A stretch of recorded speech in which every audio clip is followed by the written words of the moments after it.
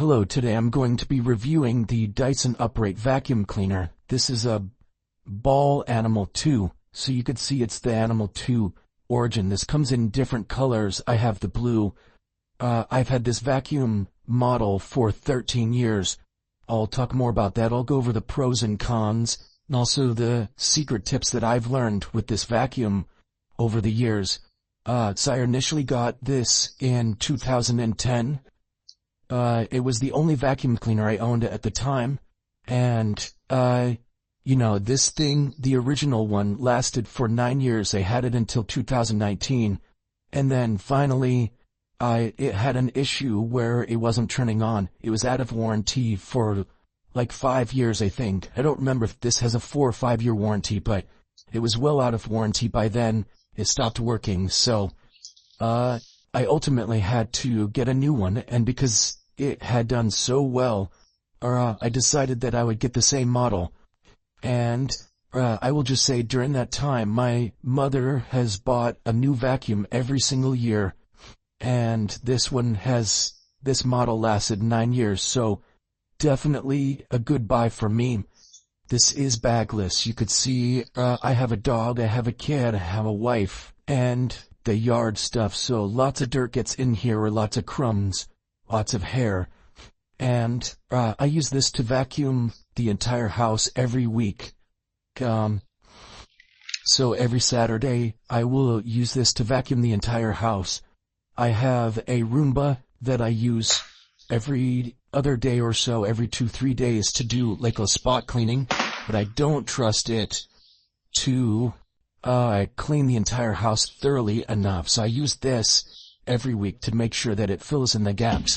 So, really easy to use, obviously, plugs in just like any other vacuum. The cord is super long, so, this house is pretty large. It's kinda messy because I just put things away so I could vacuum. This will not pick up dog food size thing, so if there's a piece of dog food laying on the ground, it won't pick it up. So that is the con of this, is if there are large rocks or maybe big pieces of paper or dog food, for example, you'll need to pick those up by hand, but you'll see them as you're vacuuming. It won't get trapped in here. It'll just like push it along. So we'll be pushing the vacuum, and it'll just be shoving it, right? So this is kind of a loud vacuum. It is a full size, so actually, as you saw it, it's pretty easy to click up and down. Now, one thing that kind of bothers me about this vacuum though is after I pull it down like that, if I put it up, see, sometimes it will click and I think that it's up, but it's not. So I found over the years, you have to click it and then kind of lift it. And that way I'm always sure that it's locked in. So that's probably the second con of this vacuum, and also a secret tip, right? Just so you get used to that, because otherwise you're gonna hear that click, you're gonna walk away, and it's gonna fall and crash down, which I've had happen to me a ton of times. So just click it, pick it up, or maybe it's because I'm not clicking it fully. It comes with an edge tool, as you could tell. If you lift this up right here, you have your hose, and this is pretty long as well. It stretches more, but I'm pulling the vacuum at this point, so you can't really see it. This does really well on carpet. It does well on hardwood floor. There's an option here. You just press that and it'll raise and lower for carpet, but also this little piece here will spin, and it picks up a lot of the stuff. So this you do have to clean out regularly.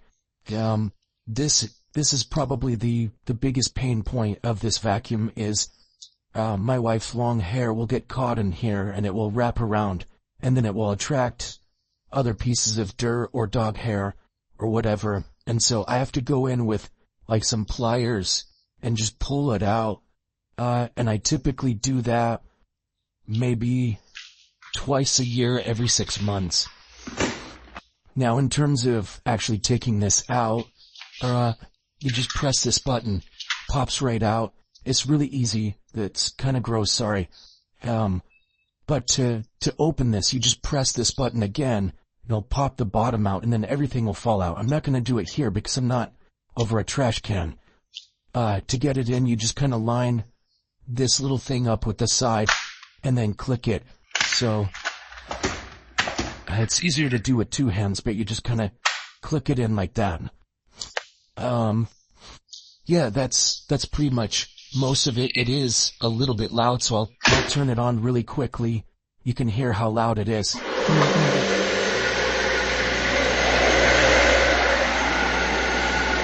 Oh.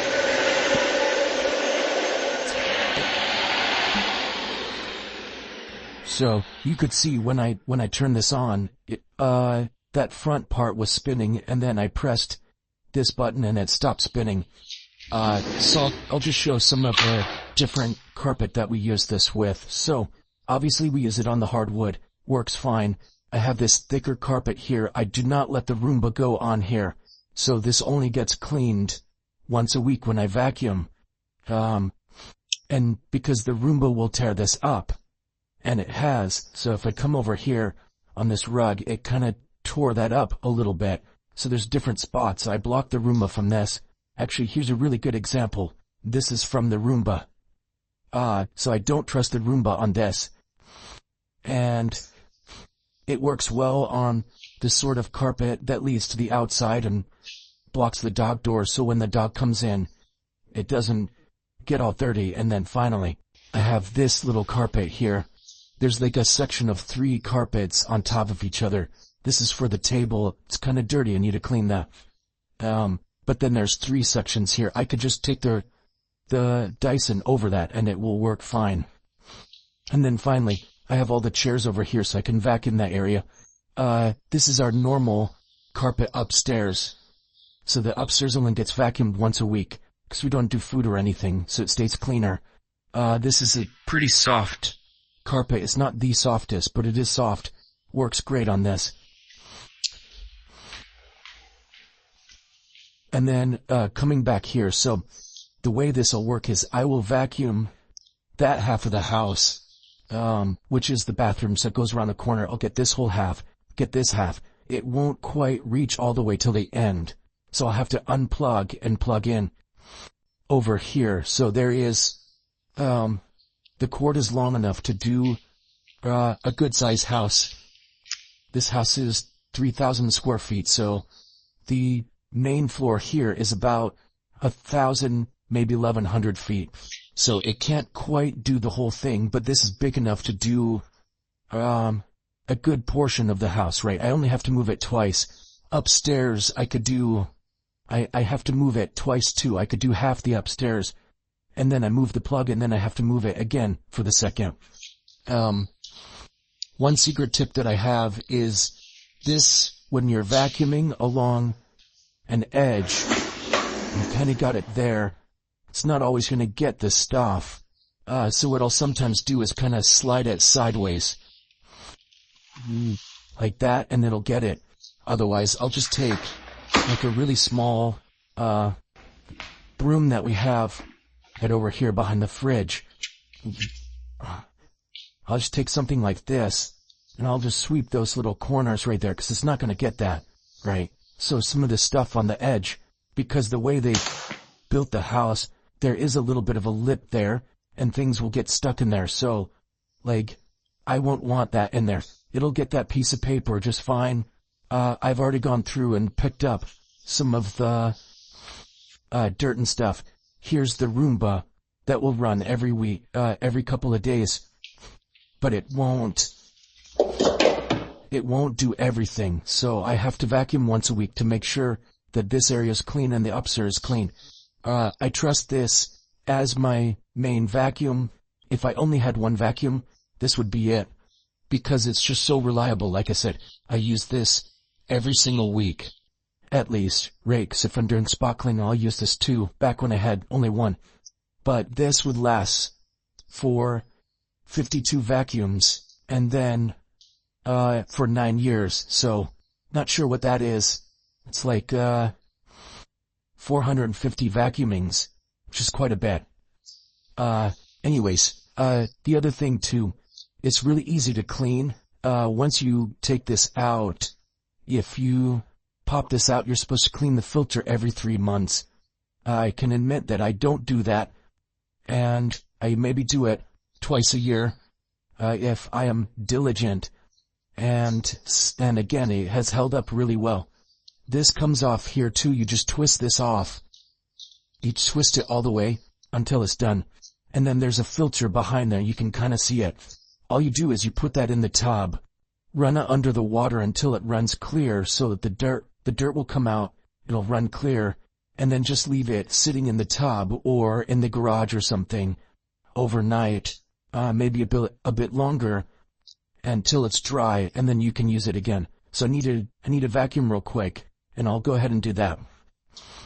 Okay, so as I was vacuuming, I remembered another secret tip. So I have a small rug here at the garage door, and the vacuum has this weird thing where on a big rug like this that stretches for forever and is heavy, you could just turn it on the spinning option. It will spin and it will pull you along. So the vacuum will actually pull for you. You don't have to like push it. However, on this small rug, when you're pulling it back, so let's say I have it on and it's pulling me this way. If I stop right here to pull it back, it can actually catch the rug and suck it in, especially if you're going like this and go to a quarter. And so what'll happen, it'll suck the rug in. And that's not good. It causes it to stop spinning. So it detects that it's caught. It'll stop spinning. That's fine. You just easily pull it out. But then you have to press this button to turn off the spinning option. And then you have to press it again to turn it on to spinning mode. So that's just something, it's like a weird quirk of it. So, and also, you want to like step on the rug to hold it down. So I'll kind of show this. I could probably get it to happen.